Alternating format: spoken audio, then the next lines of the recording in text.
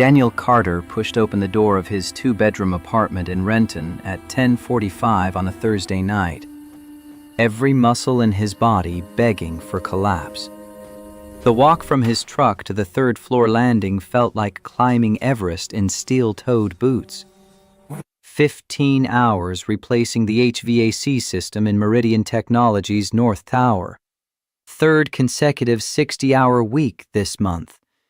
His blue work uniform carried the stench of machine oil and sweat, the knees stained dark from crawling through ventilation shafts, his hands still tingling from the vibration of power tools that never seemed to shut off. Emma was sleeping over at his sister Beth's place until morning. The apartment should have been silent, dark, empty. Water was running in the kitchen. Dishes clinked against porcelain. Footsteps moved across the tile floor he'd installed himself 2 years ago when the landlord refused to fix the cracked linoleum. Daniel's pulse kicked into overdrive, adrenaline cutting through exhaustion like a blade. Someone was inside his home. He moved down the hallway without breathing, each step deliberate and silent despite the weight of his work boots. The umbrella near the coat rack wasn't much of a weapon, but better than nothing. His hand closed around the metal shaft, testing the weight. Kitchen lights spilled into the darkened living room, casting long shadows that danced with each movement of whoever stood at his sink. A woman, back turned, dark hair falling loose past her shoulders. White blouse that probably cost more than his monthly rent. A pair of expensive heels lay discarded beside the counter, as if she'd been here long enough to get comfortable. She turned. Daniel froze completely, the umbrella slipping from suddenly numb fingers. Sophia Bennett, CEO of Meridian Technologies, the woman who'd built a $280 million company from nothing. The woman employees whispered about in break rooms, calling her the Glacier, for the way she could fire someone without a flicker of emotion crossing her face. The woman Daniel had only ever seen from a distance during quarterly all-hands meetings, standing at podiums in $1,000 suits, her voice crisp and emotionless as she discussed profit margins and strategic initiatives. Standing in his kitchen, at his sink, washing his dishes. The absurdity of it punched through his exhaustion like a shot of adrenaline. Her voice came out soft, almost gentle, too controlled, like she was delivering bad news to a terminal patient and trying to cushion the blow. "Mr. Carter, I know you weren't expecting me." The formality of it struck him as almost funny. Almost, if his heart wasn't hammering against his ribs like it was trying to escape. "What the hell are you doing in my house?" The words came out harder than he'd intended, but rage was replacing shock now. This woman who'd never spoken to him, who walked past maintenance workers like they were furniture, who represented everything wrong with corporate America, standing in his kitchen like she belonged here. Sophia set down the plate she'd been washing with the kind of care someone might use handling a museum artifact. Her face remained composed, professional, the same mask she probably wore in board meetings. But her eyes told a different story. Not surprise, not embarrassment. Regret. "I came here to tell you the truth about what's been happening to you at Meridian Technologies. About why you've been suffering." Her voice wavered on the last word, the first crack in that professional veneer. Daniel watched her hands grip the edge of his sink, knuckles whitening. "And Daniel, what I'm about to tell you will break your heart." A bitter laugh escaped him before he could stop it. No humor in it, just the sound of a man who'd been pushed too far and was too tired to care about consequences. "You're the CEO of a company worth hundreds of millions. You don't make house calls. You don't wash employees' dishes at 11 at night. So what is this really? Some kind of PR stunt? undercover boss episode I didn't sign up for? Sophia turned to face him fully, and for the first time, Daniel really looked at her, really saw her. The dark circles under her eyes that makeup couldn't quite hide. The way strands of hair had escaped from what had probably been a tight bun hours ago. The slight tremor in her hands as she brushed them against her slacks. She moved to his kitchen table, the cheap one he'd bought at a yard sale 3 years ago, and sat down. Her shoulders sagged in a way Daniel had never seen from the glacier, a gesture of surrender, of exhaustion, of something that looked dangerously close to defeat. Please sit down. I'd rather stand, and it's Mr. Carter to you. The formality felt important, a way to maintain distance, to remember she wasn't a person in his kitchen, but the embodiment of the system that had been grinding him down for 14 months. Silence stretched between them like a physical thing. Sophia's composure fractured just slightly, hairline cracks spreading across that professional mask. You're right. I've been blind. Willfully blind.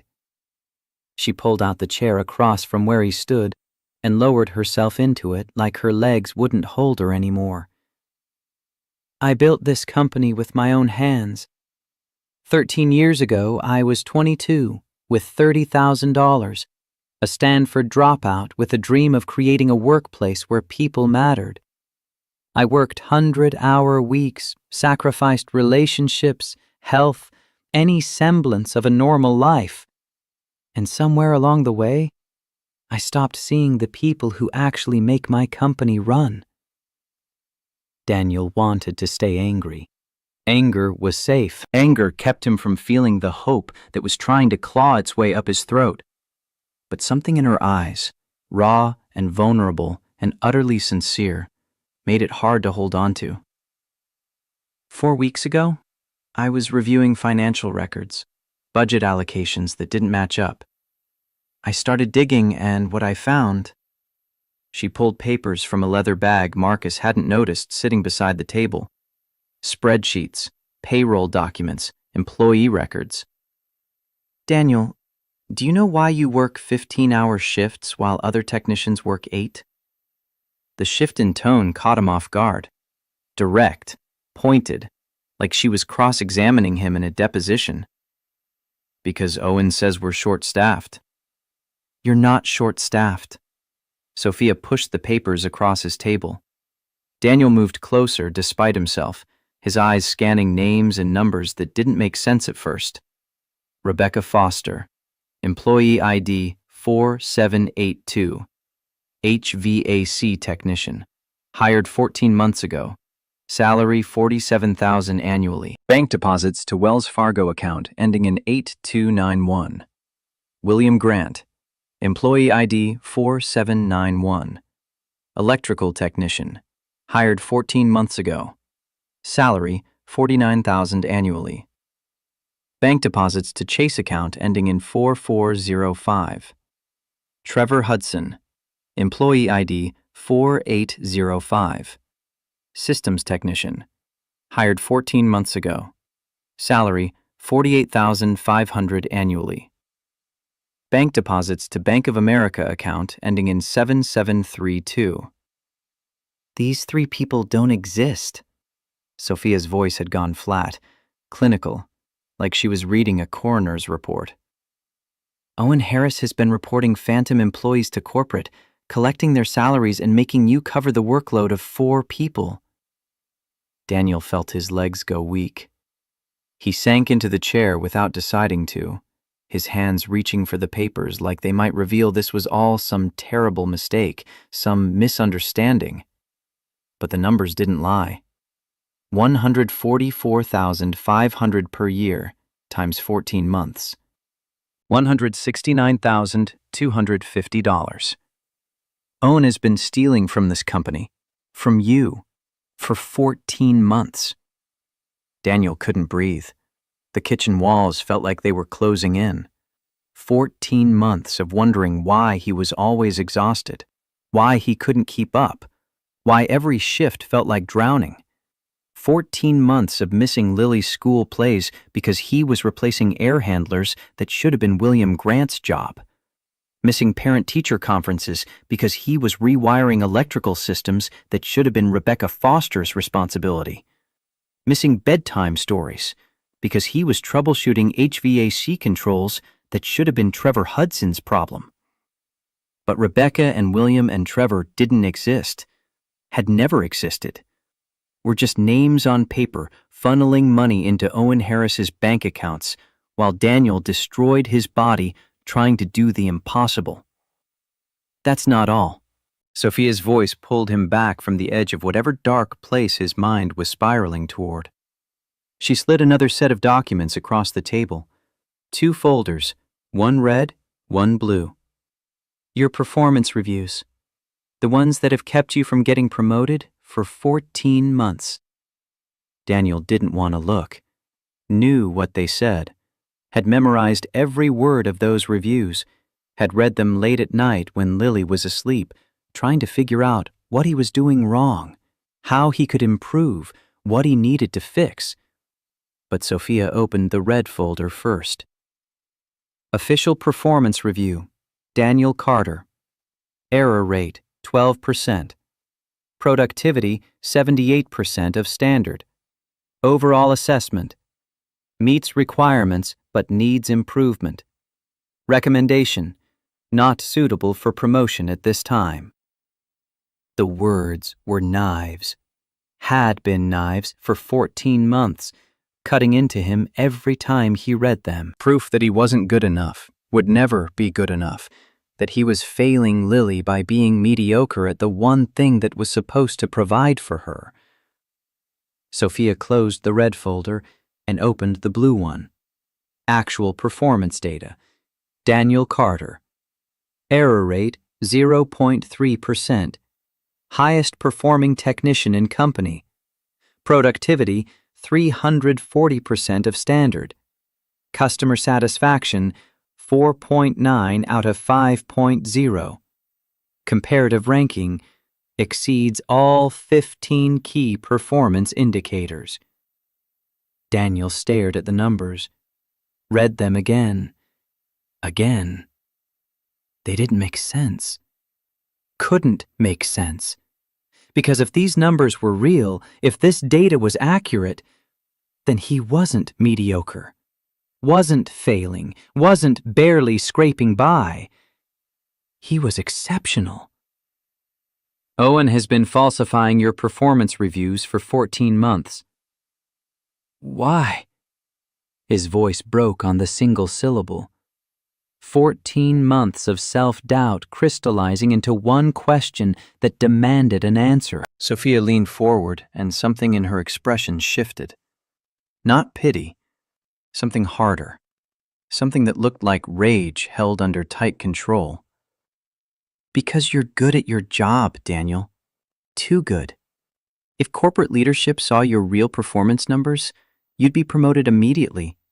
You'd be earning what you deserve, making decisions, having authority. And Owen would lose his cash cow. Someone skilled enough to do the work of 4 people without complaining. Someone who believed the lie that he wasn't good enough, so he kept pushing harder, working longer, never asking questions. The truth of it hit Daniel like a freight train. He stood up suddenly, the chair scraping against the floor, and walked to the window overlooking the parking lot. Seattle's lights glittered in the distance.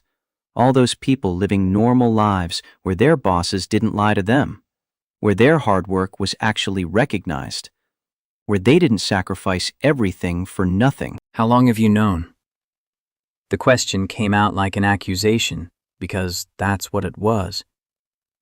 I discovered the anomalies 6 weeks ago. It took 3 weeks to gather irrefutable evidence, legal proof that would stand up to scrutiny. I confronted Owen 5 days ago, suspended him immediately pending investigation. And you waited until now to tell me? Daniel spun around, and he didn't care that he was yelling at the CEO of a multi-million-dollar company in his own kitchen. Didn't care that she could destroy his career with a phone call.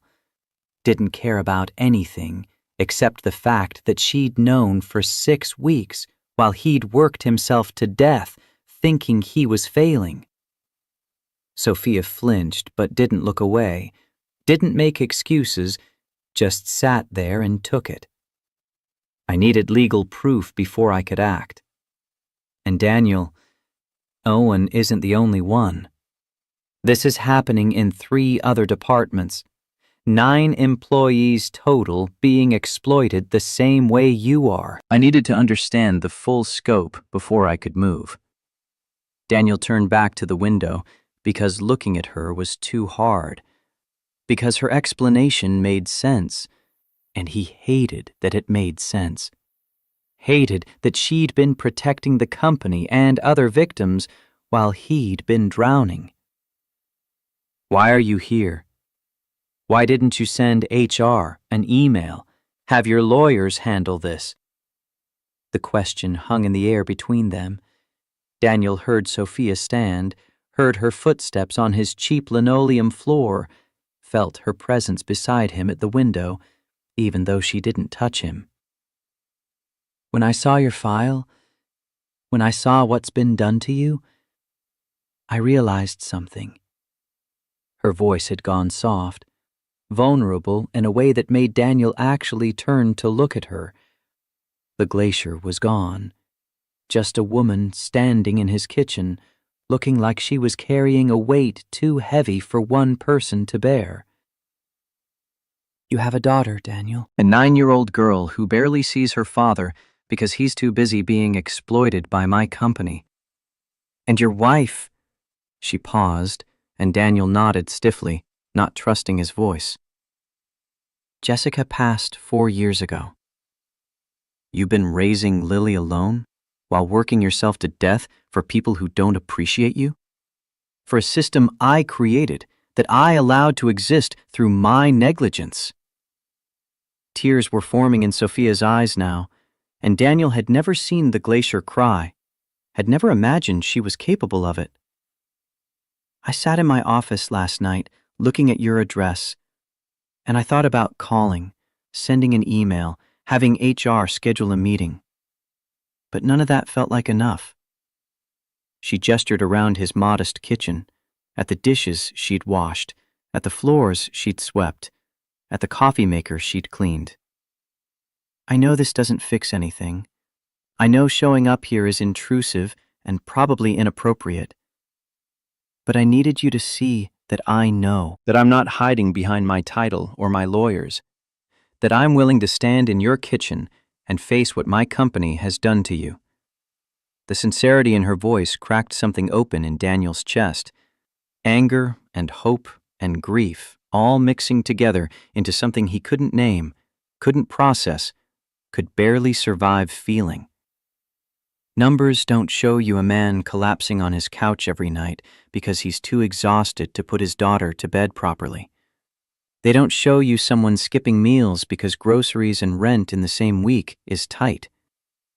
Sophia's words painted a picture of his life with uncomfortable accuracy, made him wonder how much research she'd done, how deeply she'd looked into the wreckage Owen's lies had created. Daniel wanted to hate her, wanted to blame her for all of it because she was the CEO and the buck stopped with her. But the woman standing in his kitchen wasn't some untouchable corporate executive. She was human, flawed, trying desperately to fix something she'd broken through negligence rather than malice.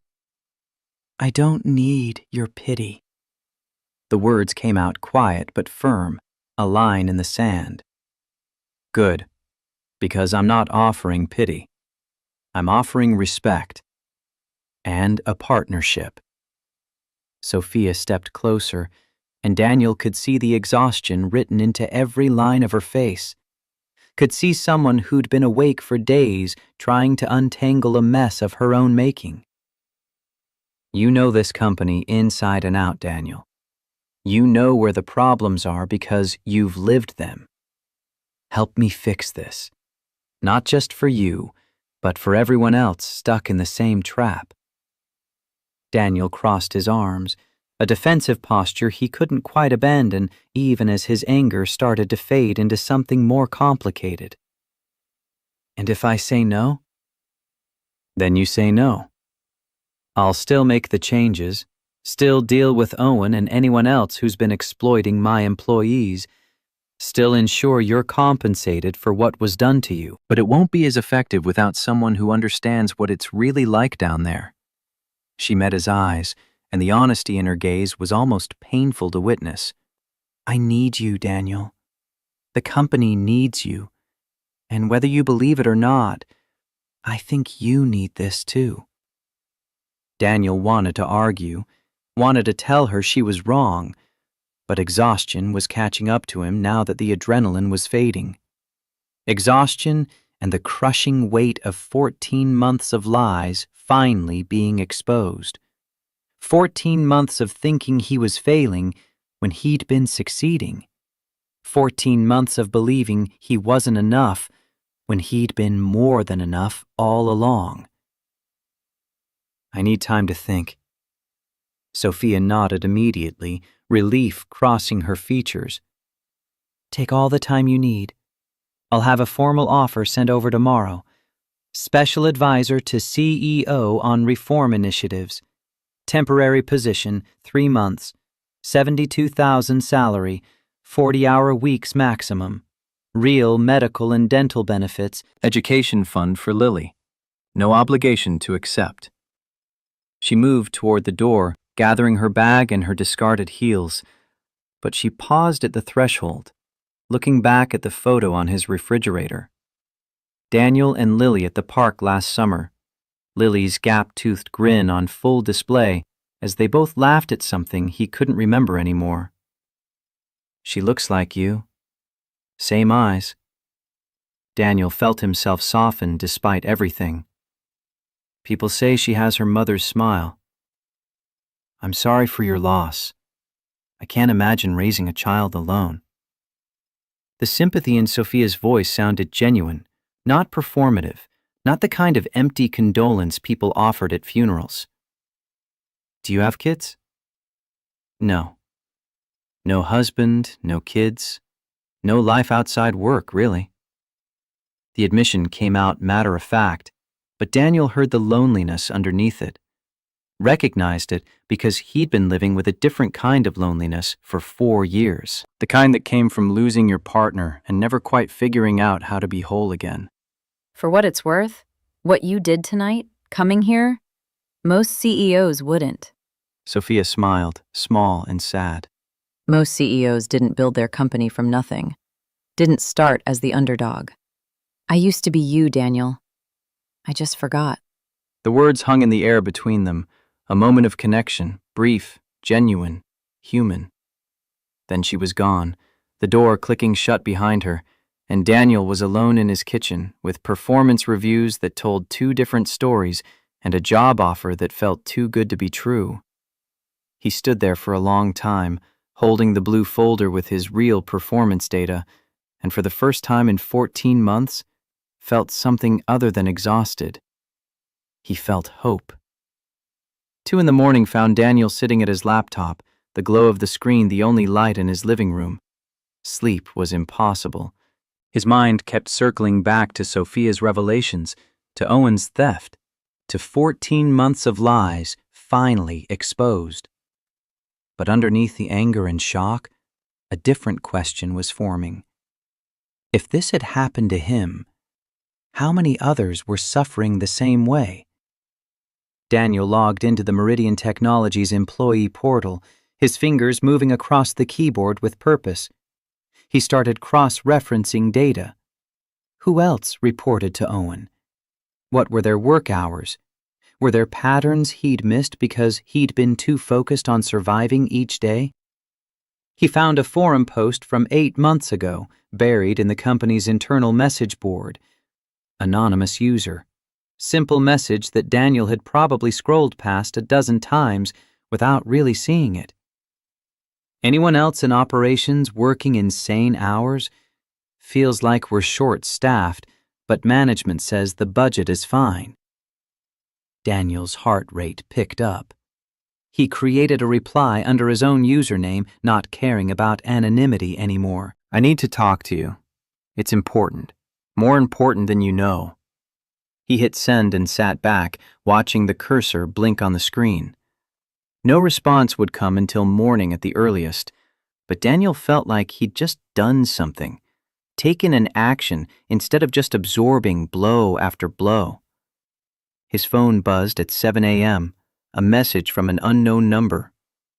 This is Tech Guru 206 from the forum. Got your message. Not sure what this is about, but something in your post felt urgent. Coffee at Pike Street Starbucks, 8 a.m.? Daniel typed back immediately. I'll be there. The man sitting at the corner table looked young, maybe 28, with the kind of nervous energy that came from too much caffeine and not enough sleep. He wore a Meridian Technologies IT department polo, his laptop bag slung over the back of his chair. Daniel Carter. Garrett Mitchell, network technician. I posted that forum thing 8 months ago when I was too tired to remember not to complain on company platforms.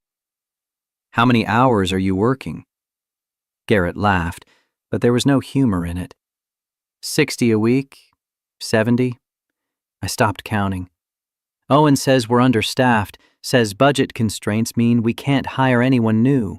Says if I want to move up, I need to prove I can handle the workload. Daniel felt something cold settle in his stomach. The same script, the same lies, different victim. What if I told you Owen's been lying? That there's no budget constraint? That he's been reporting phantom employees and pocketing their salaries while making you do their work? Garrett's coffee cup stopped halfway to his mouth. That's insane. You're saying Owen's been stealing? Daniel pulled out the printout Sophia had given him, showed Garrett the phantom employees, the bank accounts, the payroll fraud spanning 14 months. Holy hell. Garrett set his cup down with shaking hands. I thought I was going crazy. Thought I just wasn't good enough, wasn't fast enough.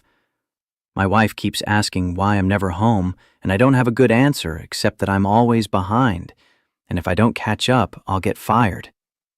You're not behind. You're doing the work of multiple people, just like I was. Daniel leaned forward, keeping his voice low, even though the coffee shop was mostly empty. The CEO found out 5 days ago. She came to my house 2 nights ago to tell me. But I need to know how many others there are. Owen supervised 9 people, according to Sophia. I need to find them. Garrett's eyes widened. Sophia Bennett came to your house? The Glacier herself? She's not what people think. The words came out defensive, surprising Daniel with their vehemence. He barely knew Sophia, had spent one conversation with her, but something about the way she'd stood in his kitchen, vulnerable and honest, and taking responsibility for failures that weren't entirely her fault, made him want to defend her. Garrett was looking at him strangely, but he didn't comment on Daniel's tone. I know 3 other guys in operations. We grab beers sometimes, complain about the hours. If this is real, if Owen's been doing this to all of us, can you get them together? Somewhere off company property? My buddy Dex owns a garage in Georgetown, Sullivan's Auto. We could meet there tonight. Daniel nodded, feeling pieces of a plan starting to form. Sophia had evidence, had started the investigation, but she was working from the top down through official channels and legal processes. Daniel could work from the bottom up, could find the other victims, could give them the truth they deserved. Tonight, 7 p.m. Tell them it's important, but don't give details over company email. Garrett stood, shaking Daniel's hand with the kind of grip that came from genuine gratitude. I don't know what you're doing, but thank you for not staying quiet. For giving a damn. Sullivan's Auto occupied a corner lot in Georgetown, the kind of place that looked like it had been there since the 50s and would probably outlast the gentrification creeping through Seattle's industrial neighborhoods. The bay doors were closed when Daniel arrived, but he could see light spilling from underneath and hear the sound of voices inside. Dexter Sullivan answered his knock, a man in his mid-40s with grease-stained hands and the kind of face that had seen hard years but hadn't lost its capacity for warmth.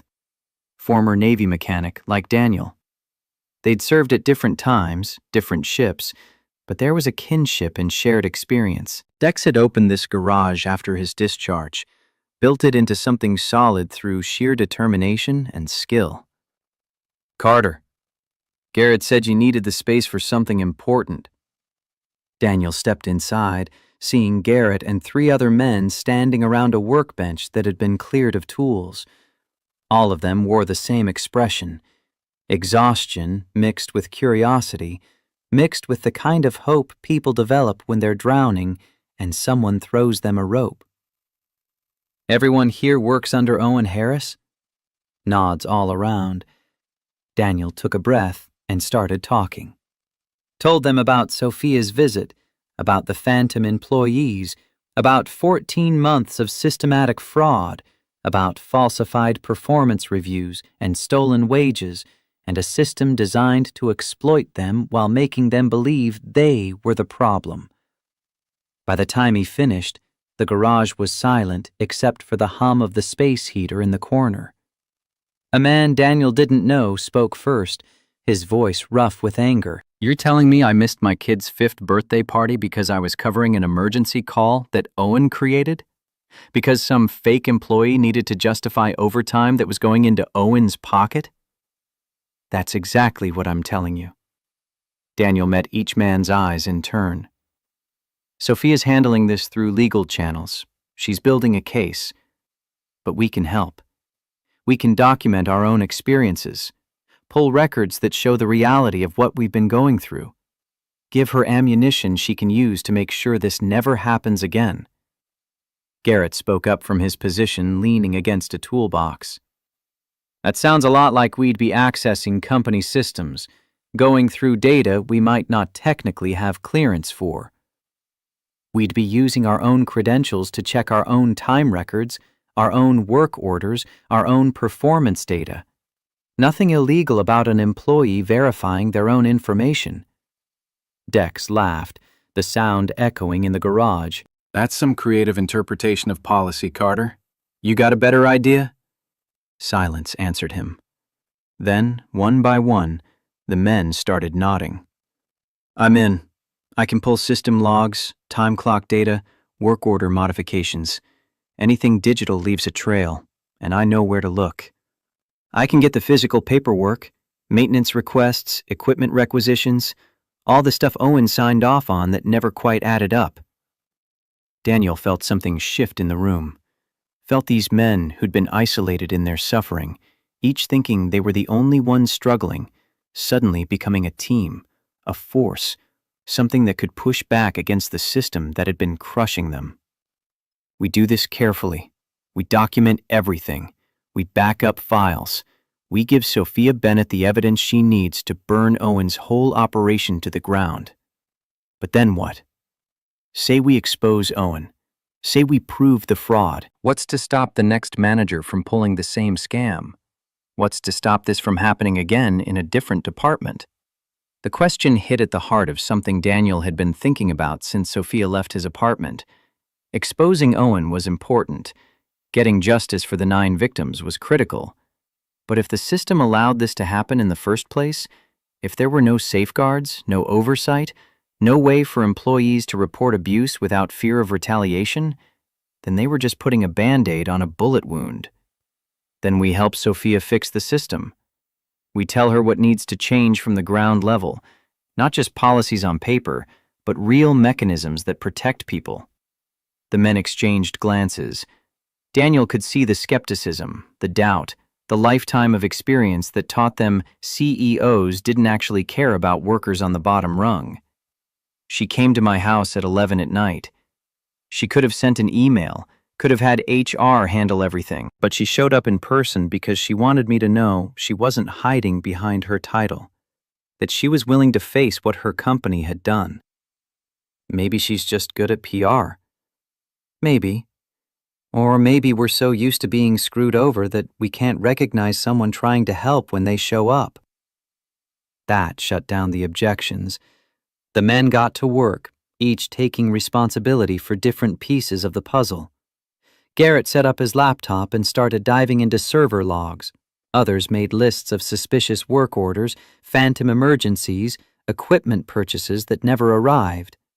Daniel watched them work and felt something he hadn't felt in years. Purpose.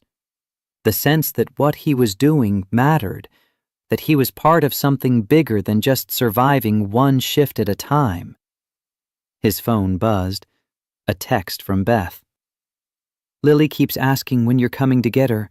I told her tomorrow morning, but she's worried about you. Says you sounded sad on the phone." Daniel typed back quickly. "Tell her I'm okay. Tell her Daddy's fighting to make things better." 3 hours later, they had everything. Time clock manipulations showing systematic deletion of overtime hours across all 9 employees. Work orders that had been modified after completion to make productivity look lower.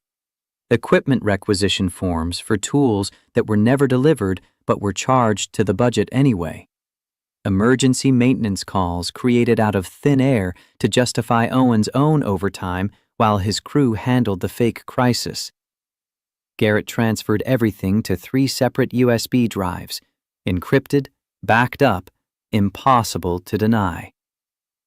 This is enough to bury him. Question is, what do we do with it? Daniel took the drive, feeling the weight of it in his palm. Such a small thing, but it held the evidence of 14 months of systematic theft and exploitation. 14 months of lies finally exposed in irrefutable data. "I give it to Sophia. Let her use it however she needs to make the case." "You trust her that much?" Daniel thought about the woman in his kitchen, the tears in her eyes, the way her voice had broken when she talked about the employees she'd failed, the way she'd washed his dishes like she was trying to physically clean away the guilt. "Yeah, I think I do." Daniel pulled out his phone, texted Sophia for the first time, initiating contact instead of waiting. "We have additional evidence. 9 employees total, not just me. Can we meet tomorrow?" The response came within 30 seconds. She was awake at 10:30 at night. "Yes, my office, 8 a.m. Bring everything you have, and Daniel, thank you." Each man took a task. Document personal experiences in writing. Pull individual performance reviews, real versus falsified. Collect emails from Owen pressuring them. Screenshot text messages about emergency calls. They agreed to reconvene if needed, exchanged personal phone numbers instead of using company emails. As the men prepared to leave, reality hit. They were going against their boss, could face retaliation even if they were legally protected. Jobs could be at risk if this went wrong. Daniel addressed the fear directly. "I know what you're risking. I know this is scary. But think about your families. Think about the time you've lost. Think about every time you thought you weren't good enough. We're not just fighting for ourselves. We're fighting so this doesn't happen to anyone else." Dex's voice carried the weight of age and experience. "Carter's right. We do this together, or we stay broken separately. I'm not letting Owen Harris steal another damn hour from any of us." Heads nodded. Commitment solidified. Daniel drove home, exhausted but energized. The USB drive in his pocket felt like a grenade and salvation simultaneously. His mind was already planning tomorrow's meeting with Sophia. His phone buzzed, a text from Lily via Beth's phone. "Daddy, when are you coming home? I made you a drawing of you being a superhero. Love you." A photo was attached, a crayon drawing of Daniel with a cape. "Best Daddy" written across the top in uneven letters. Daniel's eyes blurred. He saved the image, texted back. Love you too, sweetheart. See you tomorrow morning. And yes, Daddy's trying to be a superhero. He pulled into his apartment parking lot and looked up at his modest building, thought about Lily's drawing, Sophia's tears, the 8 men who'd trusted him tonight.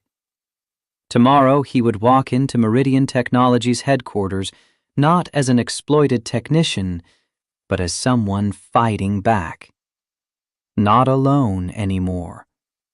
For the first time in 14 months, Daniel Carter allowed himself to believe he might actually win.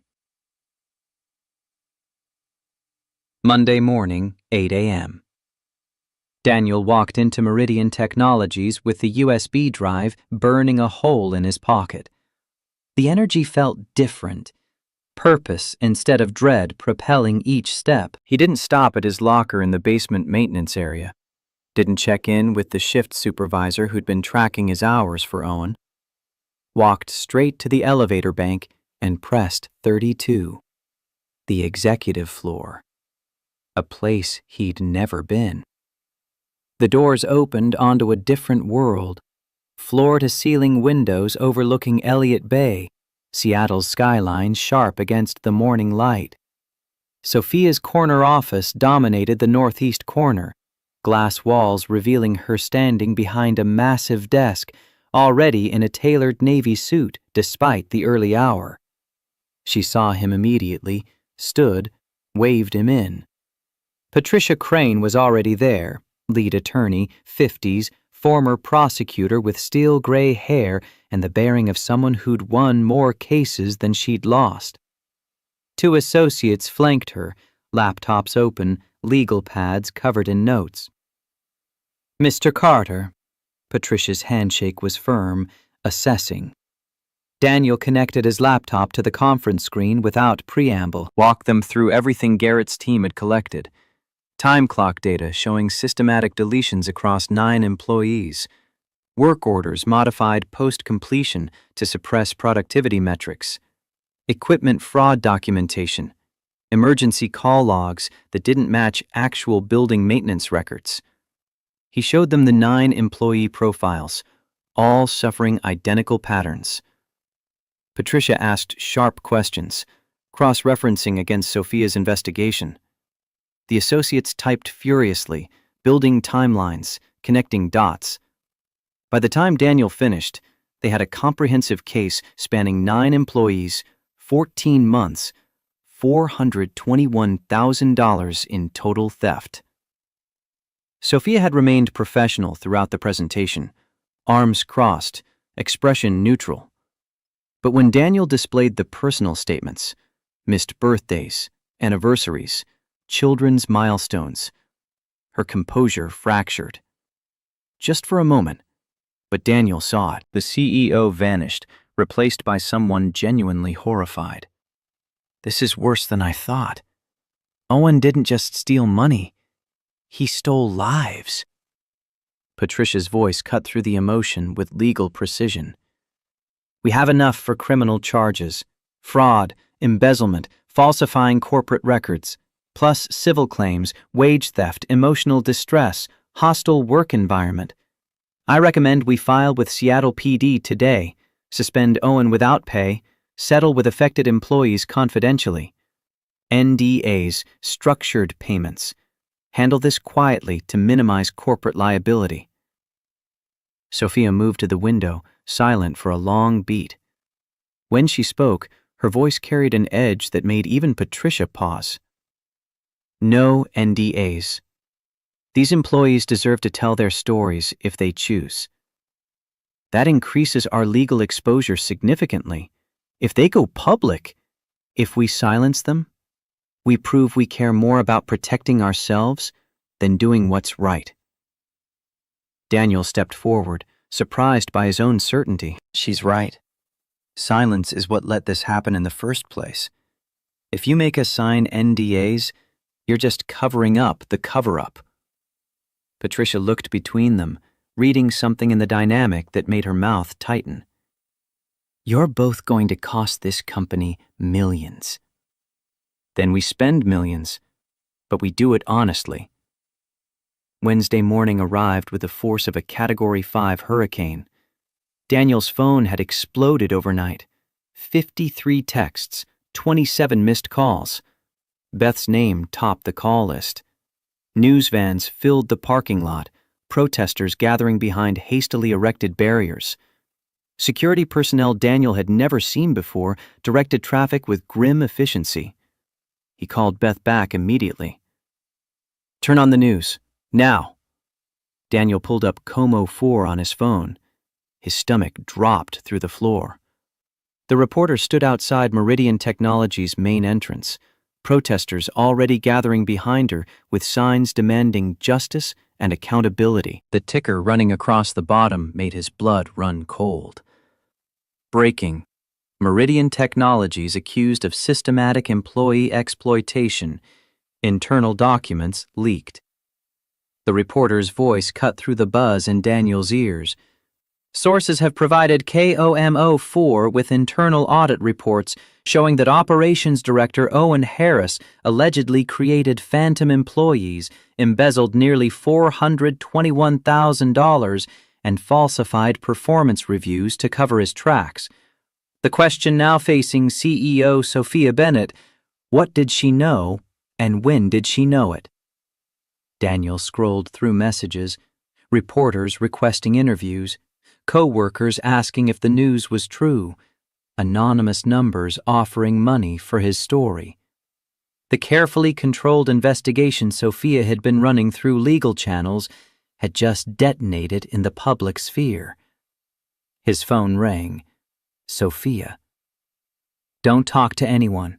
Don't comment. Don't confirm or deny. I'm sending a car to pick you up. We're going into crisis mode.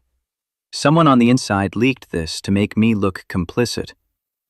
The town car arrived within 15 minutes, tinted windows that felt both ridiculous and necessary. Daniel climbed into the back seat, feeling like a criminal being transported to trial. The lobby looked like a war zone. Security had cordoned off the main entrance, where protesters shouted about corporate greed and worker exploitation. Satellite dishes pointed at the building like artillery. Daniel slipped in through the loading dock, guided by security to a service elevator that bypassed the chaos. The executive conference room held Sophia, the 3 lawyers, and Sheila Park, PR director, 40s, with the manic energy of someone running on espresso and impending disaster. Laptops displayed real-time news coverage, social media sentiment analysis. A stock ticker in the corner showed Meridian down 8% and falling. Patricia pulled up analysis on the main screen. The leaked materials match our internal audit reports almost exactly. Whoever provided them had access to materials restricted to this room and the investigation team.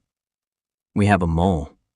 Someone who thinks transparency is more important than corporate liability.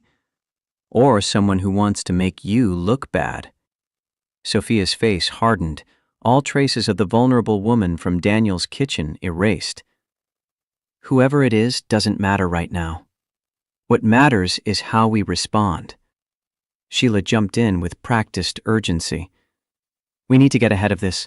Issue a statement. Control the narrative before it controls us. She pulled up a draft full of corporate speak about alleged improprieties and ongoing investigations. Patricia nodded approval. Legally protective, admitted nothing. Daniel's objection came out sharper than intended. That statement is bullshit. You're not actually saying anything. Sheila's response was razor-edged. That's the point. Admitting fault creates liability. Hiding behind lawyers makes you look guilty, like you're just proving every protester outside is right, that corporations only care about covering their asses. The room temperature dropped 10 degrees. Patricia opened her mouth to object, but Sophia raised one hand. Instant silence. We're doing a press conference, today, 2 p.m. I'll make a statement, take questions, own what happened. Patricia's carefully controlled demeanor cracked. Ms. Bennett, any statement confirming allegations increases legal exposure exponentially. I don't care. Sheila tried a different angle. We could position this as new leadership cleaning house. Make you the hero who discovered the problem. Turn the narrative to your favor. Sophia's voice went cold enough to frost glass. No spin. No clever framing. We tell the truth. We failed our employees. We're making it right. No positioning, no hero narrative, just honesty. Daniel watched Patricia pull up polling data, focus group research, scenario modeling. None of it mattered. He'd seen this same expression on Sophia's face in his kitchen the moment she'd decided to stop protecting herself and start doing what was right. Consequences be damned. The truth might not be enough. Shareholders are already calling for your resignation. Stock dropped 8% in the first hour. If we admit fault without a strong counter-narrative, you could lose your position. Then I lose my position. I'd rather lose the company than lose myself protecting it. Daniel stood before he could second-guess the impulse. All eyes turned to him. He felt like an imposter again, but pushed through. Sophia's right. Hiding makes it worse. Covering up proves we haven't learned anything. We admit we failed. We show what we're doing to fix it.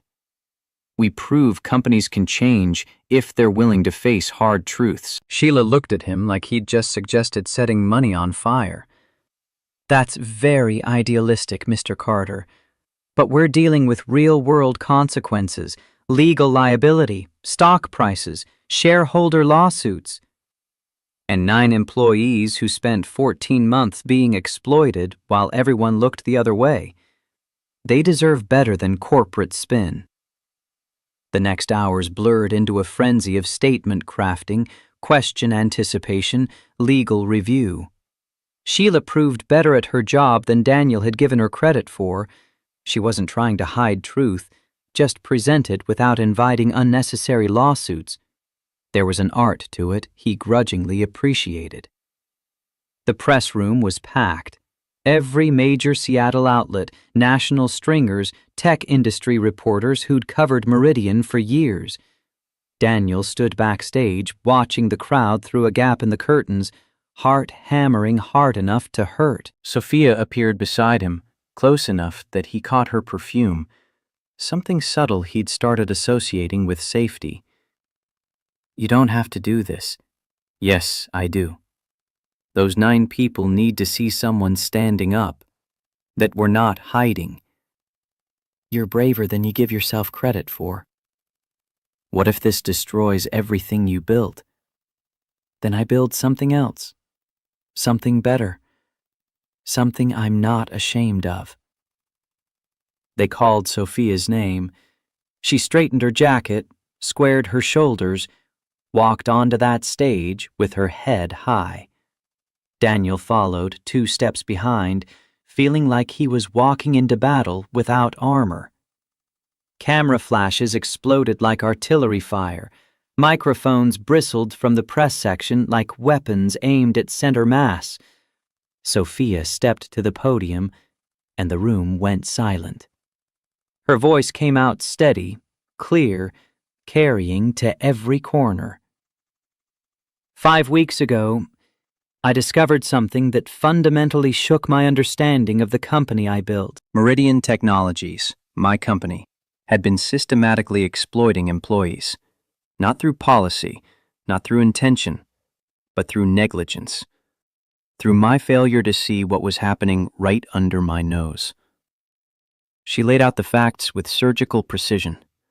Owen's fraud scheme, 9 phantom employees over 14 months, $421,000 stolen, falsified performance reviews, real employees working 65-hour weeks while being told they were barely adequate.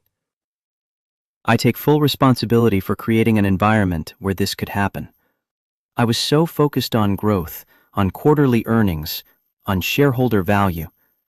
that I stopped seeing the human cost of my blind spots. She announced comprehensive changes: independent oversight board to review all manager conduct, anonymous reporting system with third-party investigation, quarterly performance audits by external firms, 1.2 million in back pay and damages to 9 affected employees. No ND as employees free to tell their stories. A reporter's hand shot up the moment Sophia paused. Ms. Bennett, should we expect criminal charges to be filed against you for enabling this fraud? Her response came without hesitation. I welcome any investigation, full transparency and accountability. If prosecutors determine I bear legal responsibility, I'll face those consequences. Another reporter, sensing blood. Who is the man standing beside you? Every eye in the room turned to Daniel. His throat went dry, every prepared answer Sheila had drilled into him evaporating like morning fog. This is Daniel Carter, one of the affected employees. He's been instrumental in developing our reform initiatives and ensuring we actually address root causes. The same reporter focused on Daniel like a predator spotting weakness. Mr. Carter, how do you feel working for the company that exploited you? Daniel stepped to his own microphone, spoke from the gut, bypassing every coached response. Angry, betrayed, but also hopeful. What happened to me was wrong. What Sophia is doing about it is right. I'm staying because I believe companies can change if they're willing to face hard truths, and because the best way to honor my coworkers who suffered is to make sure it never happens again. Aren't you afraid of retaliation? The question hung there, genuine concern wrapped in journalistic skepticism. Daniel thought about Lily watching, about the example he was setting, about courage meaning doing the right thing when it costs something. Every day. But my daughter is watching. I want her to see that standing up for what's right matters even when it's hard, especially when it's hard. He saw reporters writing that down verbatim, saw others nodding slightly, saw Sophia's hand grip the podium a little tighter, as if his answer had affected her more than she'd anticipated. More questions came in rapid succession: timeline, accountability, shareholder response. Sophia fielded them with practiced skill, never defensive, never making excuses, just owning failures and articulating the path forward. 40 minutes later, it ended. General consensus seemed split. Half the room looked sympathetic, the other half looked like sharks scenting blood in the water. Backstage, Sophia collapsed into a chair like her strings had been cut. I might have just destroyed my company. Daniel sat beside her, close enough that their shoulders touched. Or saved it. Stock's going to tank tomorrow. Probably, but you did the right thing. The right thing might cost me everything. Daniel thought about Lily's questions about whether Sophia would be her new mom, about coffee shop drawings and butterfly wishes, and all the fragile hope he'd been building on foundations that felt increasingly unstable. Then we'll figure it out together. Sophia looked at him, and something passed between them that felt bigger than partnership, bigger than professional respect, something neither was ready to name but couldn't deny anymore. Together. Her phone rang. Thomas Whitmore, board chairman. Sophia's expression went carefully neutral, but Daniel saw fear flash across her features before the corporate mask slammed into place. She walked away to take the call, and Daniel sat alone in an empty backstage room, wondering if he'd just watched a woman commit career suicide in the name of honesty. 2 days after the press conference, Daniel walked into Meridian Technologies to find the lobby transformed into a fortress under siege. Security had tripled. Metal barriers formed corridors directing employees away from the main entrance, where protesters still gathered, their signs now professionally printed instead of hastily scrawled. The media presence had grown rather than diminished, cameras tracking every person entering or leaving, like the building itself was on trial. Stock had opened down 8% that first morning, recovered slightly to down 5% by close. Better than expected, the market recognized that transparency hadn't destroyed the company, but damage was done. Shareholder calls demanding answers, media continuing to press for more. His phone buzzed before he reached the elevator. Sophia's assistant, with a message that made his stomach drop. Emergency board meeting in 30 minutes. Ms. Bennett requests your presence. Daniel had never attended a board meeting, didn't know the protocols or politics, or how to behave in rooms where decisions worth millions got made by people whose net worth exceeded entire towns. He rode the elevator to the executive floor, feeling like he was ascending to his own execution. The anteroom outside the boardroom held Sophia and her legal team in urgent conversation. Patricia looked like she'd aged 5 years in 2 days. Sheila was conspicuously absent, probably drafting press releases for multiple scenarios, including Sophia's termination. Sophia broke away from the lawyers, pulled Daniel aside. Her voice dropped low, urgent. Thomas Whitmore is calling for a vote of no confidence. He's been working the other board members since the press conference, building support to remove me as CEO. Daniel felt the floor tilt beneath him. Can he do that? It's his job. He represents shareholder interests, and right now, shareholders are hemorrhaging money because I chose transparency over profit protection. Fear flickered in her eyes before she buried it under layers of professional composure. What if this destroys everything you built? Then I build something else. But her voice wavered on the last word, betraying the lie. This wasn't just about losing a position. Meridian was Sophia's identity, her purpose, the thing she'd sacrificed everything else to create. Without it, she'd be untethered, lost. The boardroom was designed to intimidate. Floor-to-ceiling windows overlooking Seattle's skyline, a conference table that could seat 20, leather chairs that probably cost more than Daniel's truck. 6 board members already seated, their expressions ranging from sympathetic to hostile, with nothing in between. Thomas Whitmore commanded the head of the table, 68, chairman for 6 years, with a kind of face that had made hard decisions for decades without losing sleep. Gray suit that screamed money. Rolex that screamed more money. He looked at Sophia with something between pity and contempt. Ms. Bennett, Mr. Carter, the board is ready. Daniel followed Sophia in, feeling every eye assess and dismiss him in the same glance. Whitmore didn't waste time on pleasantries. This emergency session addresses the fallout from Ms. Bennett's press conference. In the 48 hours since she publicly admitted to systemic failures, we've lost over $300 million in market capitalization at the low point, recovered somewhat, but still down significantly. Shareholders are threatening lawsuits. Our largest clients are requesting meetings to discuss whether Meridian can be trusted. And our reputation, built over 8 years, has been damaged possibly beyond repair. He turned to Sophia with the expression of a disappointed father confronting a wayward child. Ms. Bennett, what were you thinking? Sophia stood, refusing to remain seated while being attacked. I was thinking we owed our employees the truth, that hiding behind lawyers and PR spin would make us complicit in covering up systematic abuse. Everything costs money. The question is whether the cost is justified. You chose moral grandstanding over fiduciary responsibility. A woman Daniel didn't recognize, 50s, expensive suit, leaned forward. Ms. Bennett, we understand the moral impulse, but you have a fiduciary responsibility to shareholders. Your actions directly harmed their interests. My actions exposed crimes committed under my watch. Should I have hidden that to protect stock prices?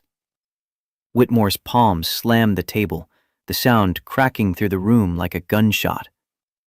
You should have handled it quietly. Settled with affected employees under NDAs. Fired Owen without fanfare. implemented reforms without admitting culpability. That's how adults manage corporate crisis. The room erupted. Board members choosing sides, lawyers trying to restore order. Daniel sat frozen, watching Sophia's life's work get torn apart by people who measured success in quarterly earnings instead of human cost. Whitmore raised his hand. Instant silence. The man knew how to command a room. I'm calling for a vote of no confidence in CEO Sophia Bennett. Given the catastrophic damage her decisions have caused, I move that she be removed from her position effective immediately. Sophia's face went pale, but her spine stayed straight.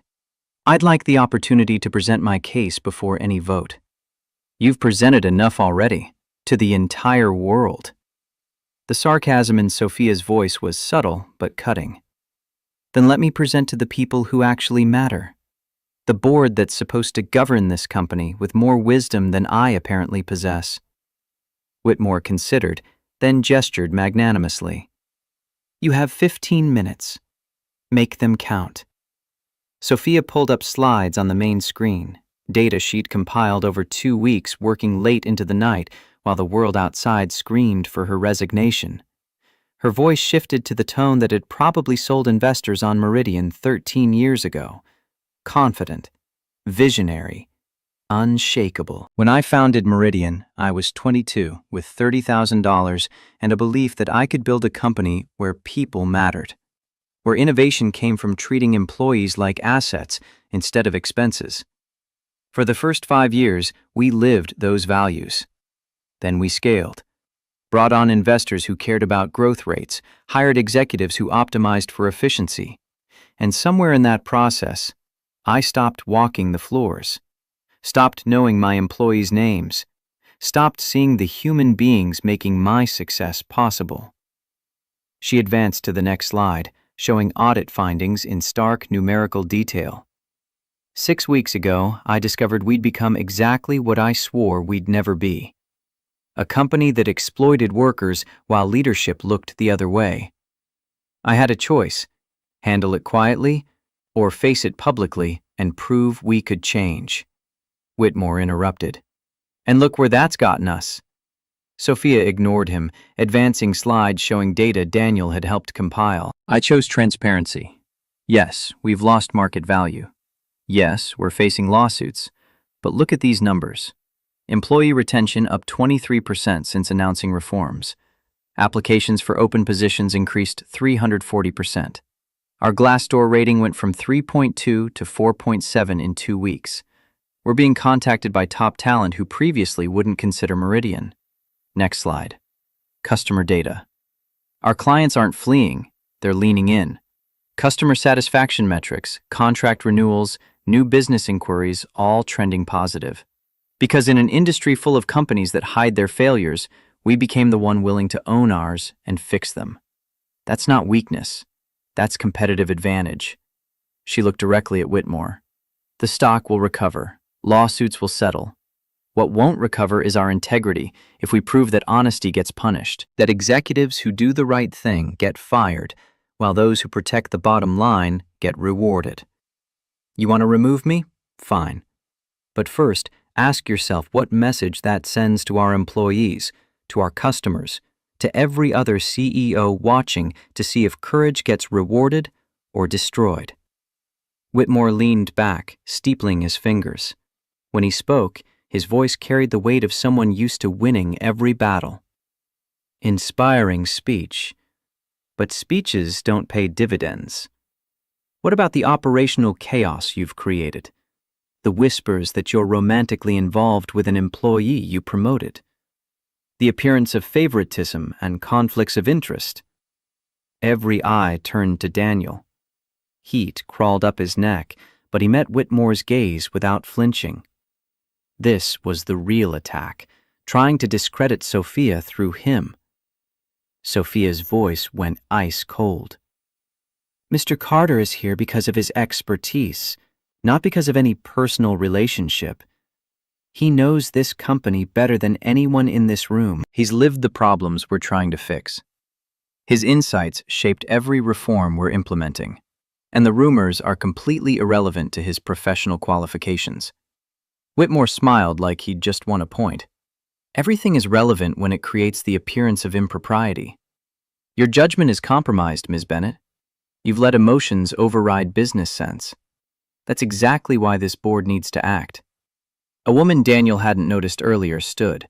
54, steel gray hair, the bearing of someone used to being the smartest person in any room. Catherine Brennan, former HR executive at Microsoft, reputation for integrity that had cost her advancement in the ruthless tech sector. Mr. Whitmore, I've been on this board 6 years. I've watched us prioritize profit over people repeatedly. I stayed silent because that's how corporate boards operate. Sophia Bennett just made me ashamed of that silence. Whitmore's face suggested this was betrayal. Catherine, we've discussed this. You've discussed it. I've listened. Now I'm speaking. Catherine's voice carried quiet authority that silenced even Whitmore. Ms. Bennett did something unprecedented. She chose values over value. She proved that admitting failure doesn't destroy companies, it builds trust. And you want to fire her for that? She looked around the table at each board member. If we vote Sophia out, we prove everything the protesters outside are saying, that corporations exist only to extract value, not create it, that we're exactly as soulless as people fear. I move that we retain Sophia Bennett as CEO. Give her 6 months to prove her reforms can work. If financials don't recover in that time, we revisit. But we don't punish courage with termination. The motion hung in the air like a challenge.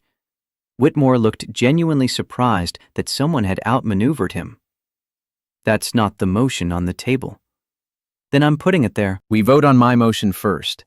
Retain Bennett with 6-month performance review. All in favor? Hands rose slowly. Catherine plus 2 others. 3 in favor. Whitmore plus 2 others raised hands in opposition.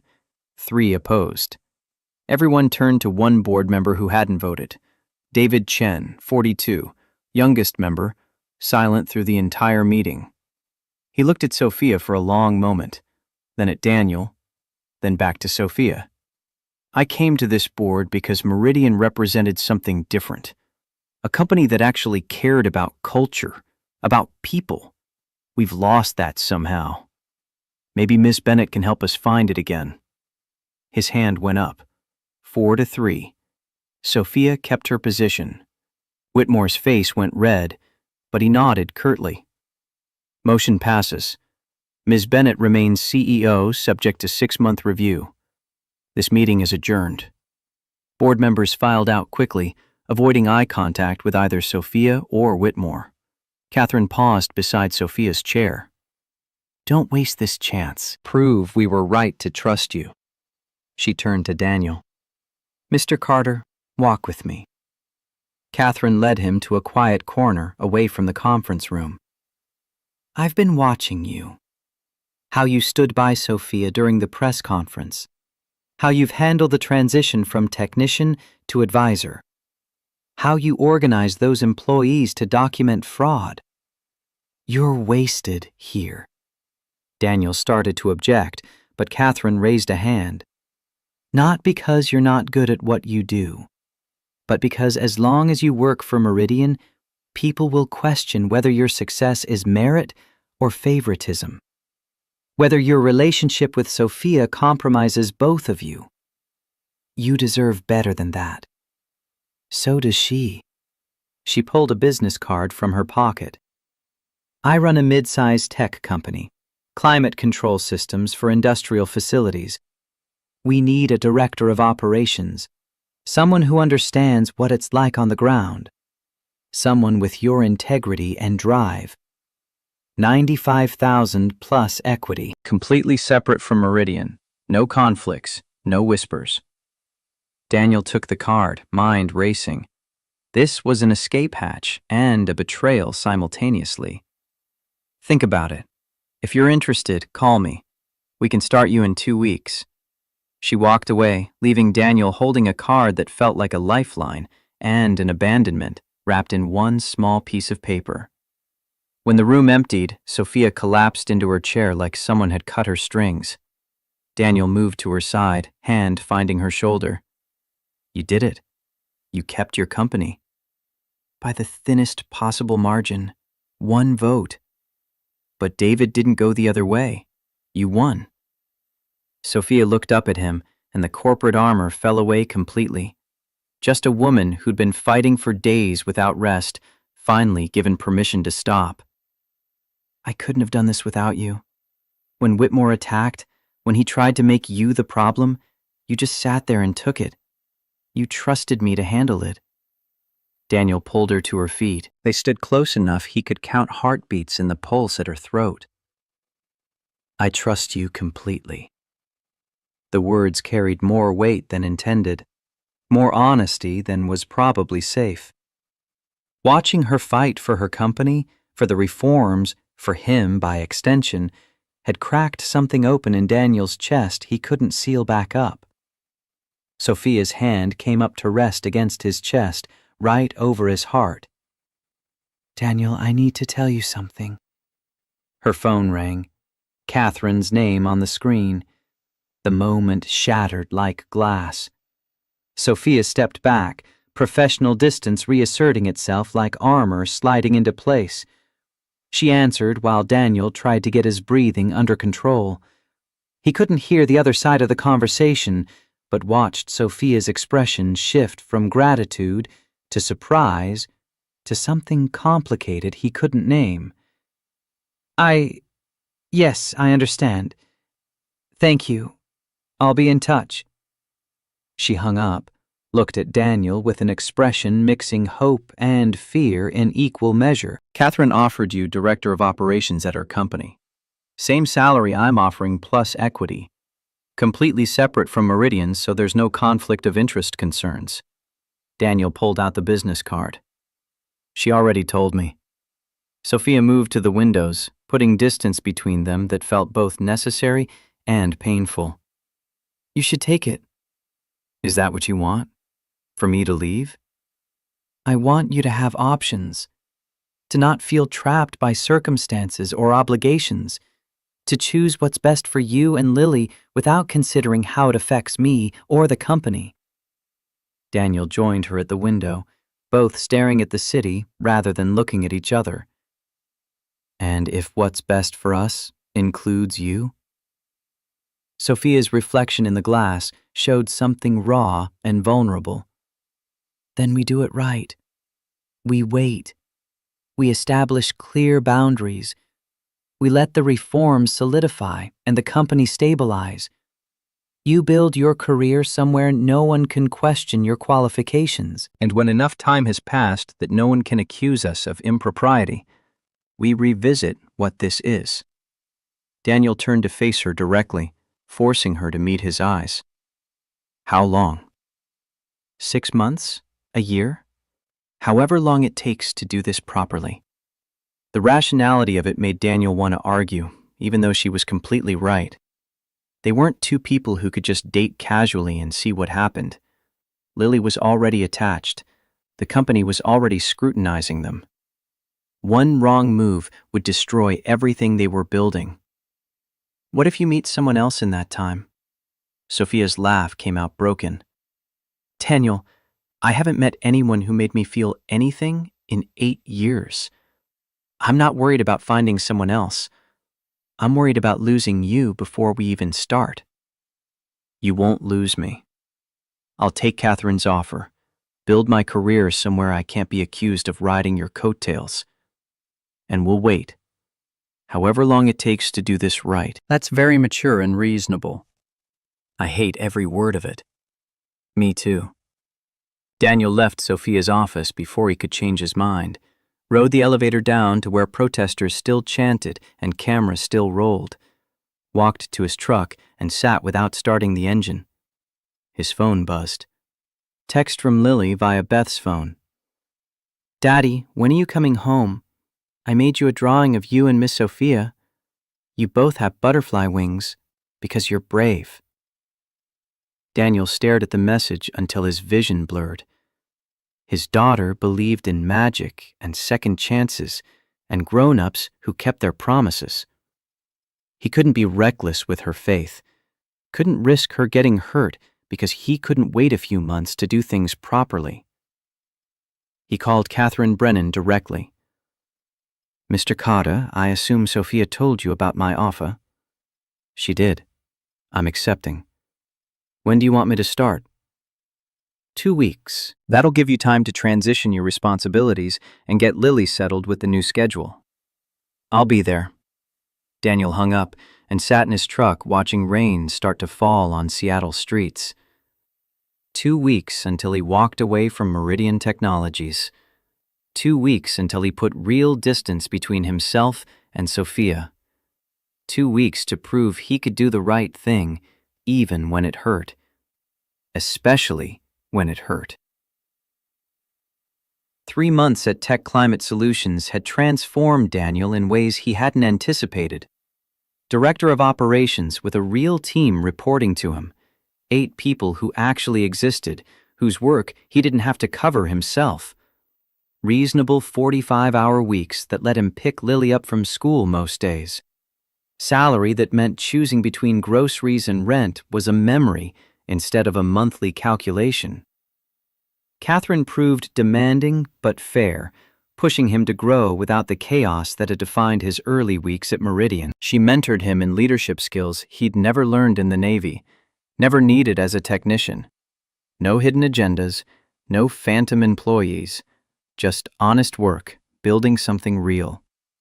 Meridian stock had recovered, climbing 12% above pre-scandal levels.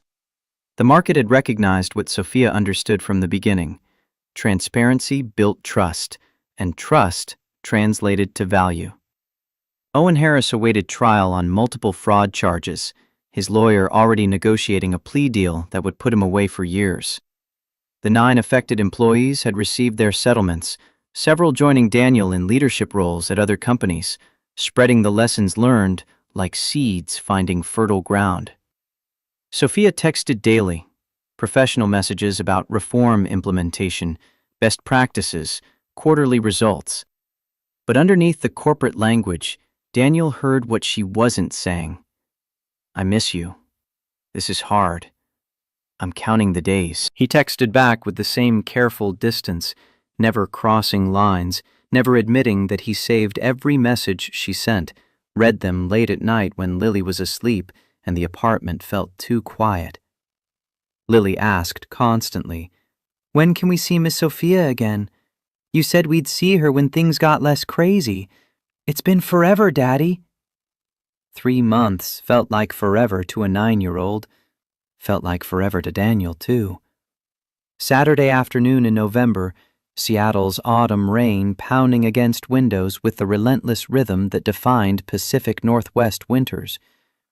Daniel made a decision before he could second-guess himself. Picked up his phone, typed the message, hit send before courage failed.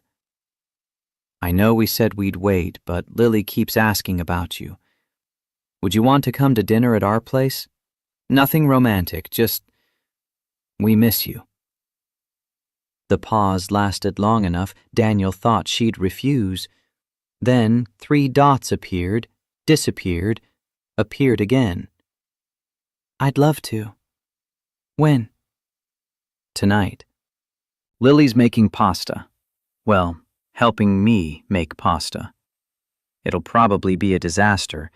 Disasters are my specialty lately." "What time?" 6. "I'll be there." Lily spent the afternoon practicing what she'd say to Sophia, rehearsing introductions in the bathroom mirror with the gravity of someone preparing for a presidential debate. Daniel listened from the hallway, wondering what he was doing, bringing his daughter into the complicated mess of professional and increasingly unprofessional feelings about his former boss. "Can I wear my butterfly dress? The purple one Mommy got me." The casual mention of Jessica hit like it always did, sharp ache that had dulled over 4 years but never quite disappeared. Lily talked about her mother in present tense sometimes, as if Jessica was just away on a business trip, instead of buried in a cemetery 20 minutes from their apartment. You can wear whatever you want, sweetheart. Sophia arrived at exactly 6 with sunflowers for Lily, wine for Daniel, and a smile that made his chest ache. She wore jeans, soft and worn, not the pressed perfection of boardrooms, and a cream-colored sweater that made her look approachable instead of untouchable. Her hair fell loose past her shoulders in waves he'd never seen because she always wore it pinned tight at work. Lily spotted her first, waved with both hands like flagging down a rescue plane. "You're really pretty. Daddy said you were nice, but he didn't say pretty." Daniel wanted the earth to swallow him whole. Sophia's laugh came out genuine and warm, nothing like the controlled professional sound from meetings. "Thank you, Lily. You're pretty too. I love your dress. Are those butterflies?" "Magic butterflies. They're different from regular butterflies because they grant wishes, but only if you're really, really nice." Sophia sat down across from them, and the corporate armor fell away completely, replaced by genuine curiosity as Lily launched into an explanation of complicated mythology she'd apparently been developing for months. The magic ones lived in the rainbow forest and only came out when kids were being brave. "Did your mommy tell you about them?" A shadow crossed Sophia's face, quick enough Daniel almost missed it. "My mom wasn't really the storytelling type." Lily's face got serious, with the gravity only children could bring to profound injustices. "That's sad. Stories are important. Daddy tells me stories every night. Well, he used to before he got so tired." The observation landed like an accusation, even though Lily's tone held no judgment, just a 9-year-old stating facts she'd learned to accept. Daniel felt Sophia's eyes on him, but couldn't meet her gaze. "Your dad's been working very hard, but that's going to change now. He won't be so tired anymore." Lily's response carried the casual cynicism of someone who'd heard too many broken promises. "That's what he says, but grown-ups say lots of things." Sophia reached across the table, took Lily's hand with gentleness that surprised Daniel. "I promise we're going to make things better for your dad. And for lots of other people, too." Lily studied Sophia's face, searching for lies with the intensity of a prosecutor cross-examining a hostile witness, then nodded. "Okay. I believe you. You have kind eyes." The evening unfolded in napkin drawings and overcooked pasta. Lily showed Sophia how to shade butterfly wings with the side of a pencil. Sophia taught Lily a technique for drawing perfect circles she'd learned in an art class years ago.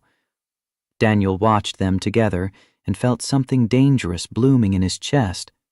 The shape of family, the outline of belonging, the possibility of a future he'd stopped letting himself imagine after Jessica died. Lily skipped off to the bathroom with explicit instructions not to talk to strangers. The moment she was out of earshot, Sophia's composure crumbled slightly. "She's incredible. You're raising an amazing kid. Most days I feel like I'm barely keeping us afloat.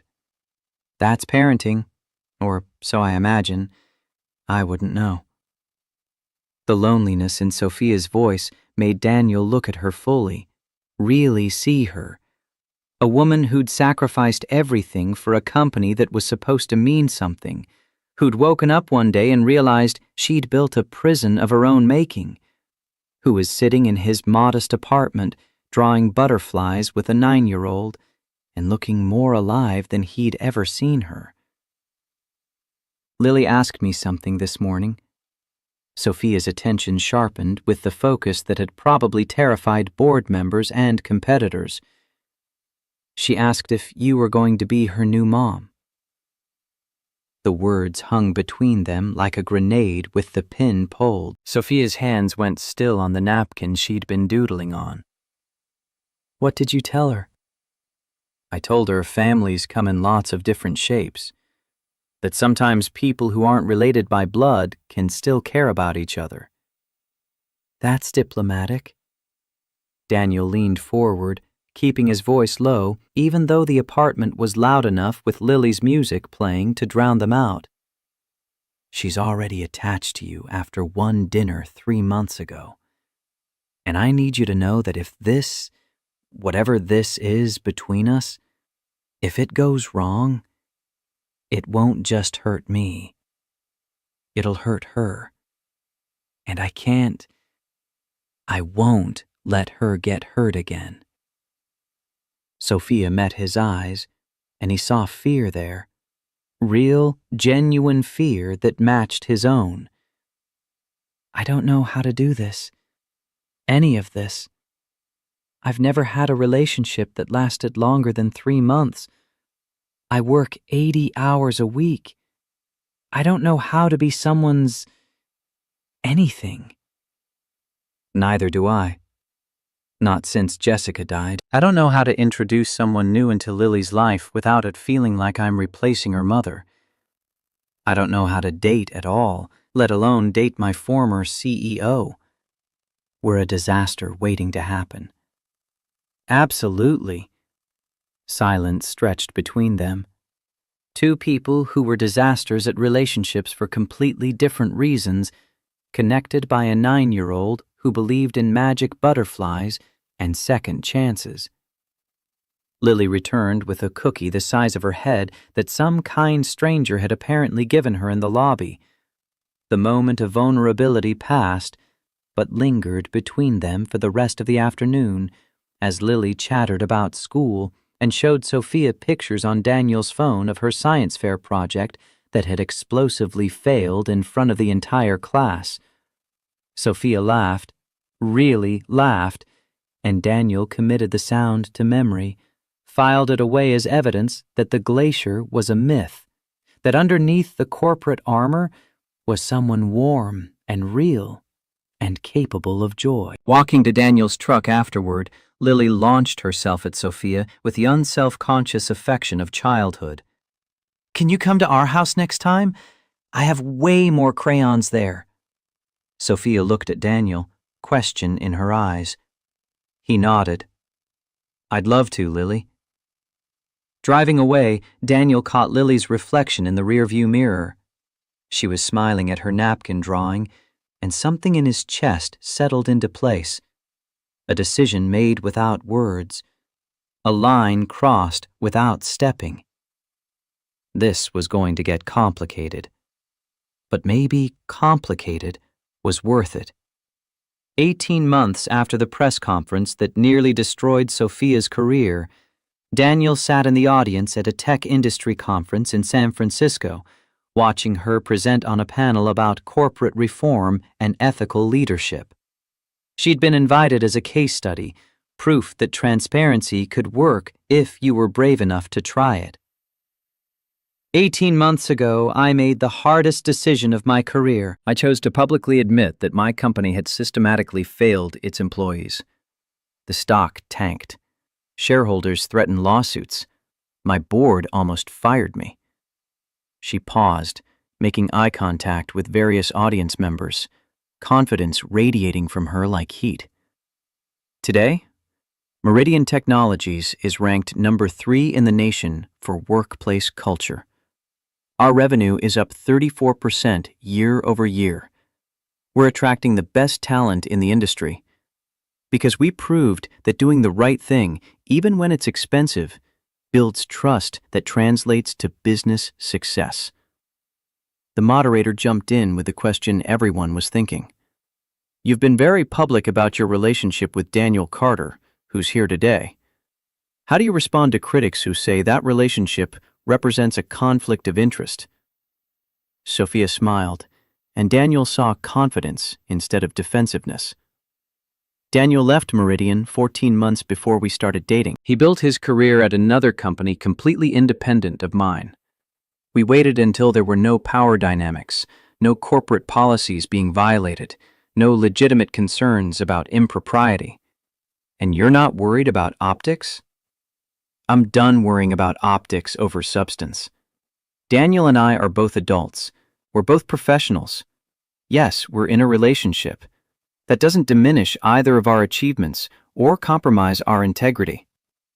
Applause rippled through the audience. After the panel, reporters swarmed with questions, but Sophia navigated them with the ease of someone who'd learned to handle crisis with honesty instead of evasion. Daniel met her backstage, and she kissed him without hesitation, public, unashamed, claiming what they'd built through patience and sacrifice. That was incredible. You owned that room. I had good motivation. Knew you were watching. They walked back to their hotel through San Francisco's evening fog, rolling in from the bay. Daniel pulled Sophia into an alcove between buildings, sheltered from crowds and cameras. He knelt on concrete, still warm from the day's sun, pulled a small box from his jacket pocket. Sophia's hand flew to her mouth. Daniel, let me say this before I lose my nerve. 18 months ago, you walked into my life and turned everything upside down. You made me believe I was worth more than I thought. You fought for me when you could have protected yourself. You chose integrity over easy answers. He opened the box, revealing a simple platinum band with a single diamond. Elegant, understated, exactly Sophia's style. You and Lily taught me that success isn't about what you build. It's about who you build it with. You are the most courageous person I know, the most honest, the most willing to grow even when it hurts. Daniel, I don't deserve... Yes, you do. You deserve someone who sees you, who knows you're not perfect and loves you anyway, who will stand with you when things get hard. He looked up at her, this woman who'd been called the glacier and was actually made of fire and steel and unexpected tenderness. Sophia Bennett, will you marry me? Will you be part of our family? Will you let me spend the rest of my life proving you made the right choice when you chose honesty over self-preservation? Sophia sank to her knees, meeting him at eye level, tears streaming down her face. When I stood in your kitchen that night, I was trying to fix my biggest mistake. I didn't know I'd find my greatest success. You and Lily showed me what actually matters, made me remember who I wanted to be. She kissed him hard, tasting like salt and promise.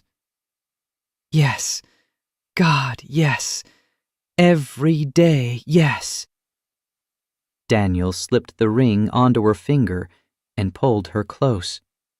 Both of them kneeling on a San Francisco sidewalk while the fog rolled in and the city hummed around them, building something together finally without barriers or waiting or fear. That weekend, they drove to Daniel's apartment to tell Lily together.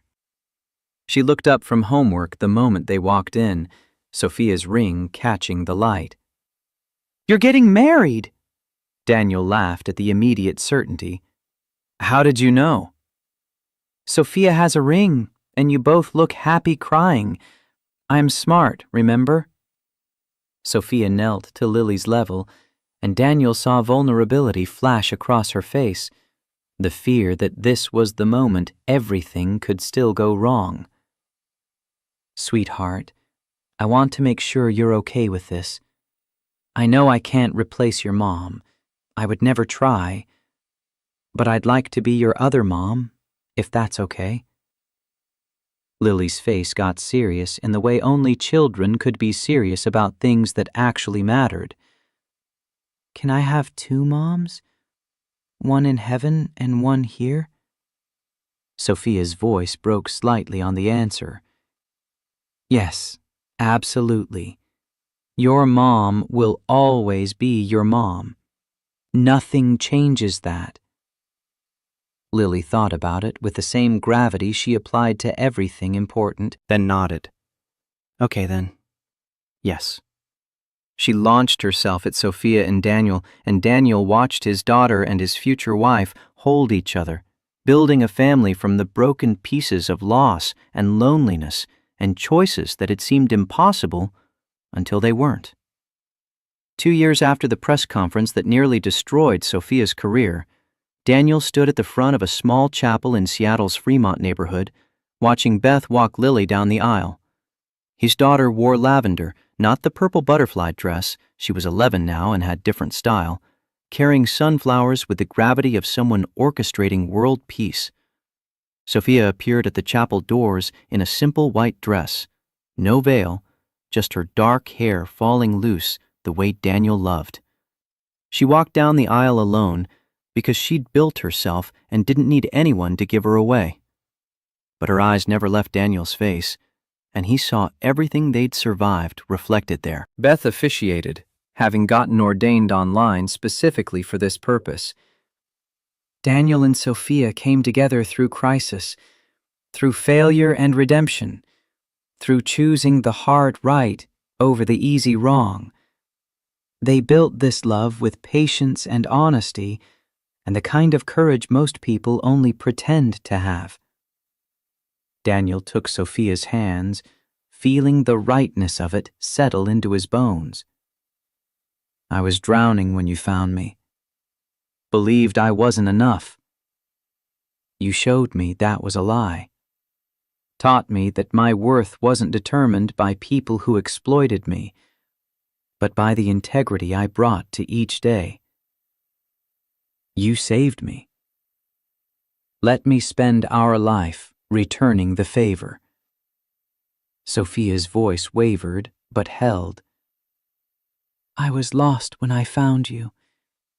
Had built an empire but forgotten why. You reminded me that companies are just people, that numbers matter less than dignity, that true success is measured in lives improved, not quarterly earnings. You and Lily are my greatest achievement. They exchanged rings, simple bands that matched, and kissed while Lily cheered and Beth cried, and the small gathering of friends and reformed board members applauded. It wasn't a grand corporate wedding. It was real. At the reception in a small restaurant nearby, Sophia stood after dinner and tapped her glass. The traditional signal for a toast, but Daniel saw something more in her expression. Nervous excitement he'd learned to recognize as the prelude to big announcements. I want to thank everyone for being here, for supporting Daniel and me through some very difficult times, especially Catherine, who believed in us when we needed it most.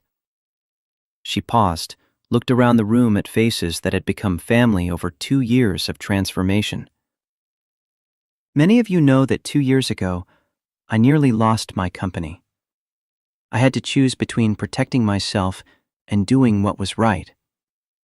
Daniel helped me make that choice, helped me remember who I wanted to be.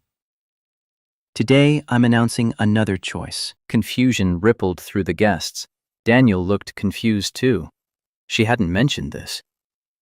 Effective next month, I'm stepping down as CEO of Meridian Technologies. Gasps from the guests. Daniel's eyes widened in surprise and something that might have been concern. Not because I'm being forced out, not because anything is wrong, but because I'm choosing something different. She reached for Daniel's hand, grounding herself in his presence. For 13 years, Meridian has been my entire life. I've sacrificed relationships, health, balance, everything for that company. And I built something I'm proud of. We've created real change. Culture scores highest in the industry. Employee satisfaction at all-time highs. The reforms we implemented are now industry standard.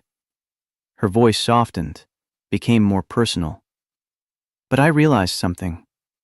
I spent 13 years building a company, neglected everything else, almost lost myself in the process. Daniel and Lily showed me there's more to life than quarterly earnings, more to success than market share. She looked directly at Daniel, and he saw the decision had already been made. was being announced rather than discussed, because she wanted to show him, not tell him, that she was serious about this, about them, about building a life instead of just a company. I'm not retiring. I'm pivoting. Starting a consulting firm helping other companies implement ethical reform, taking what we learned at Meridian and sharing it, but on my terms, with balance, with time for family, with time for the people who matter most. Daniel stood, pulled her close, whispered so only she could hear. You didn't tell me. I wanted to surprise you. Show you I'm serious about this, about us, about Lily, about building a life instead of just a company. He kissed her, and applause erupted, mixing with laughter and a few tears from people who understood the magnitude of what she was giving up and what she was choosing instead. That evening at their house in Ballard, bought together 6 months ago, big enough for the family they were building, Daniel found Sophia standing in Lily's doorway, watching their daughter sleep, surrounded by butterfly drawings that covered every wall. She asked me something today while we were getting ready. Daniel wrapped his arms around her from behind, resting his chin on her shoulder. What? She asked if I thought her mom would be happy about us. Silence for a moment, waited with the ghost of someone Daniel had loved and lost, someone whose absence shaped everything even as life moved forward. What did you tell her? Sophia's voice came out soft, careful with the sacred ground they were treading. That I think her mom would be grateful. Grateful Lily has another person to love her. That love doesn't divide, it multiplies. That families can grow in ways we don't expect. Daniel turned her to face him, seeing vulnerability and hope mixed in equal measure. You know what I love most about you? What? You're still learning, still growing, still willing to change. Most people get to the top and stop evolving. You got to the top and realized you were climbing the wrong mountain. Sophia touched his face with gentleness that had surprised him from the start, that continued to surprise him every day. Real love isn't perfect. It's choosing someone every day, even when it's hard, especially when it's hard. We're pretty good at hard things. We're exceptional at hard things. Outside, Seattle's rain tapped against the windows with the rhythm that had become home.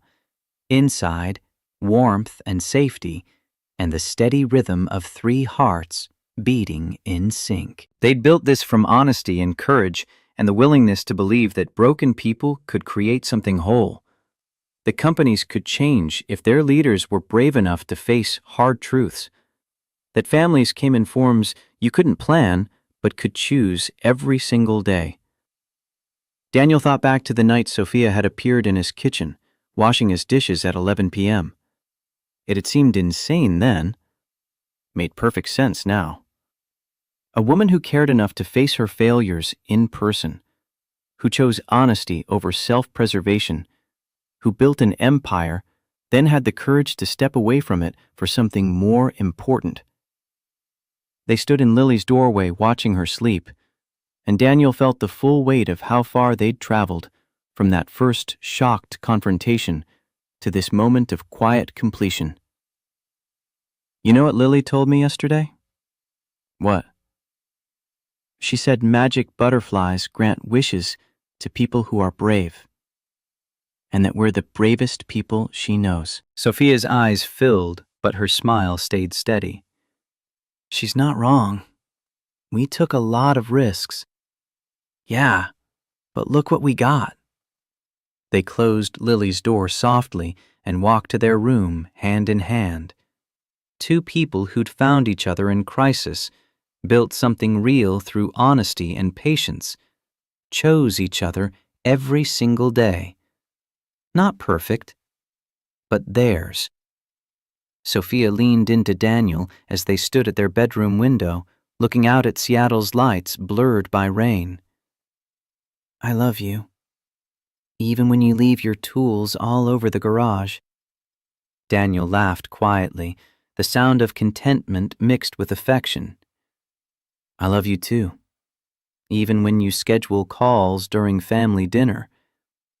We're working on balance. We are. And we're getting better.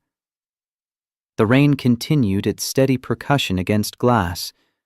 Inside, warmth held against the cold. Three people who'd found each other across impossible odds, who'd built a family from fragments of loss and hope, who chose each other not because it was easy, but because it was right. Daniel had walked into his apartment 18 months ago expecting darkness and silence. Found instead a woman washing his dishes, carrying truth like a weapon and vulnerability like a shield. That moment had changed everything, had taken him from exploitation to partnership, from self-doubt to confidence, from loneliness to love. Sophia had walked into his kitchen expecting to deliver bad news and accept responsibility. Found instead someone who saw her, not the glacier, not the CEO, just a woman trying desperately to fix what she'd broken. Someone who believed she could change, who stood beside her through the hardest battles, who chose her every day, even when it cost him something. They climbed into bed, Sophia curling into Daniel's side with the natural ease of 2 years of practice. Tomorrow would bring new challenges, her consulting firm to build, his team at Tech Climate to manage, Lily's robotics competition to attend. The ordinary complications of a life built together, problems solved through partnership instead of shouldered alone. You know what's funny? Sophia's voice came out drowsy, already half asleep. What? If Owen hadn't been stealing, if you hadn't been working yourself to death, if I hadn't decided to come to your apartment instead of sending an email, none of this would have happened. Daniel considered that, the strange alchemy of crisis and courage that had brought them together. I wouldn't wish what he did to us on anyone. But you're right. Sometimes the worst things lead to the best things, if you're brave enough to face them honestly. Especially when it's hard. She'd thrown his own words back at him, the phrase he'd said at the press conference that had become something of a motto between them. Standing up for what's right matters, even when it's hard. Especially when it's hard. Especially when it's hard. Sophia's breathing evened out into sleep. Daniel stayed awake a while longer, thinking about courage and change and the strange paths life took when you stopped trying to control everything and started trusting that honesty would be enough. He thought about the 9 employees who'd suffered alongside him, now spread across Seattle in better positions, carrying forward the lessons learned. About Owen Harris awaiting sentencing, his reputation destroyed by the same lies he'd used to destroy others. About Meridian Technologies, transformed from a place that enabled exploitation to an industry leader in workplace culture. About Catherine Brennan, who'd seen potential in him when he couldn't see it in himself, who'd given him the space to grow without the complications that would have destroyed what he and Sophia were building. But mostly, he thought about Lily, sleeping down the hall surrounded by butterfly drawings, believing in magic and second chances and the power of being brave. She'd lost her mother too young, but gained another one who chose her deliberately, who loved her not from obligation, but from genuine connection, who showed up to school plays and helped with homework and drew butterflies on napkins with the same focus she brought to boardrooms. That was the real success, Daniel realized. Not the salary or the title or the vindication of his real performance data finally being recognized. The success was this: a daughter who felt safe and loved, a partner who challenged and supported him in equal measure, a life built on honesty instead of convenient lies. The rain continued its endless percussion. Seattle slept around them. And Daniel Carter, former Navy mechanic and HVAC technician who'd been told for 14 months that he wasn't good enough, held his wife close and felt the weight of being exactly enough, of being chosen, of being home. Tomorrow they'd wake up and face whatever came next, together, as they'd learned to do, with honesty and courage and the willingness to keep choosing each other, even when it was hard, especially when it was hard.